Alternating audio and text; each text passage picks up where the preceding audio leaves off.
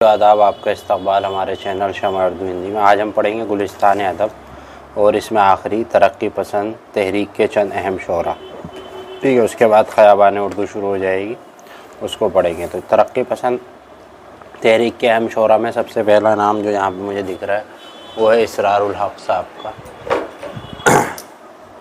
ٹھیک ہے۔ تو ان کی ولادت 1905 میں ہوئی تھی اور وفات 1955۔ اسرار الحق نام ہے، مجاز تخلص ہے، رودیلی ضلع بارہ بنکی اتر پردیش میں پیدا ہوا۔ 1936 میں علی گڑھ مسلم یونیورسٹی سے بی اے کیا، مجاز بی اے کے بعد آل انڈیا ریڈیو دہلی میں ملازم ہو گئے۔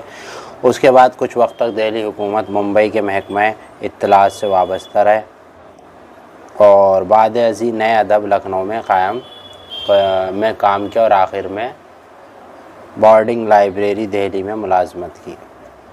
تو 1936 میں علی گڑھ میں تعلیم سے فارغ ہوئے تھے، وہاں پر ترقی پسند تحریک کے چرچے ہونے لگے۔ اس وقت نوجوانوں نے بے روزگاری کے بعد سخت مایوسی کی، مستقل فکر لاحق تھی، چنانچہ انہوں نے بیشتر نوجوانوں کی طرح مجاز بھی اس تحریک سے وابستہ ہو گئے اور اس تحریک میں سارے معاشی مسائل کا حل نظر آیا اور پورے جوش و خروش سے نظمیں لکھنے لگی، ٹھیک ہے۔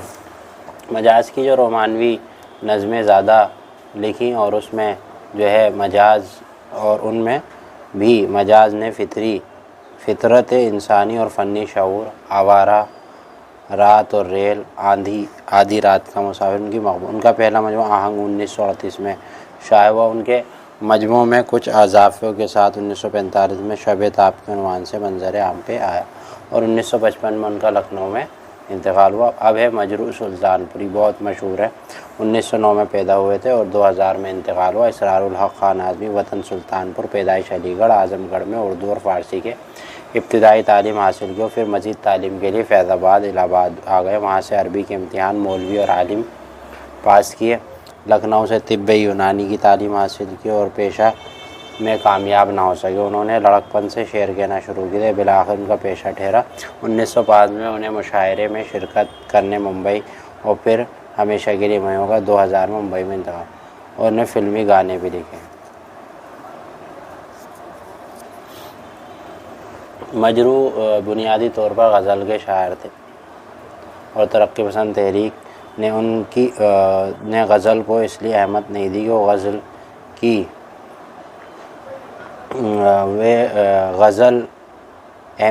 کہ وہ نظم کی طرح پیمبری نہیں کرتے تھے۔ مجروح غزل کے شاعر ضرور تھے مگر ان کی غزل کی روایت ہی نہیں تھی۔ ان کے کلام میں عہد حاضر کے سارے کرب، پوری کشمکش، حالات اور واقعات کی عکاسی سب کچھ۔ ان کا جو مجموعہ 1952 میں شائع ہوا اور بہت مشہور ہوئی، 1999 میں دوسری مرتبہ شائع ہوا۔ اب ہے معین احسان جذبی، یہ بھی بہت مشہور ہے۔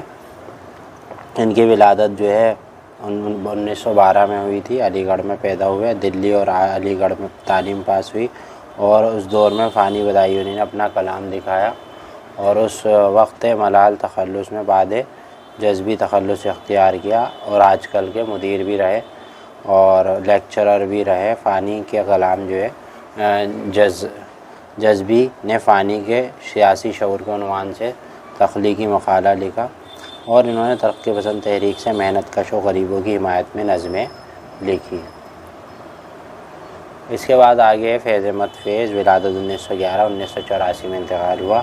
1911 میں سیالکوٹ میں پیدا ہوا، 1933 میں انگریزی میں بی اے کیا، 1943 میں عربی میں بی اے کیا اور اسلامیہ کالج امرتسر میں انگریزی کے لیکچرر مقرر ہوئے اور اسی طرح یہ آگے بڑھتے رہے۔ فیض ترقی پسند تحریک کے ہمنوا تھے اور بعض نظمیں بھی ایسی خطابیاں تھیں، سیاسی لیڈر کے نام، ایرانی طلباء کے نام اور زرد کتے، ایسی نظمیں ہیں جو بہت مشہور ہوئی اور ان کی شاعری بہت مشہور ہوئی اور انہیں جو ہے بہت پریشانیوں کا بھی سامنا کرنا پڑا فیض احمد فیض کو۔ 1941 میں نقش فریادی کے نام سے دوسرا مجموعہ شائع ہوا۔ اس طرح ان کی جو ہے لوح قلم، قومی ثقافت بہت مشہور ہے۔ کرشن چند کے بارے میں آ جاتے ہیں۔ کرشن چند کا تعلق کشمیر تھا، 1914 میں پیدا ہوئے، 1970 میں پنجاب میں پیدا ہوئے اور جو ہے بچپن سے کشمیر میں گزارا، ابتدائی کی تعلیم وہیں ہوئی، لاہور میں ایم اے کیا، وکالت کی تعلیم حاصل کی اور 1970 میں ان کا ممبئی میں انتقال ہوا۔ پریم چند بحیثیت افسانہ نگار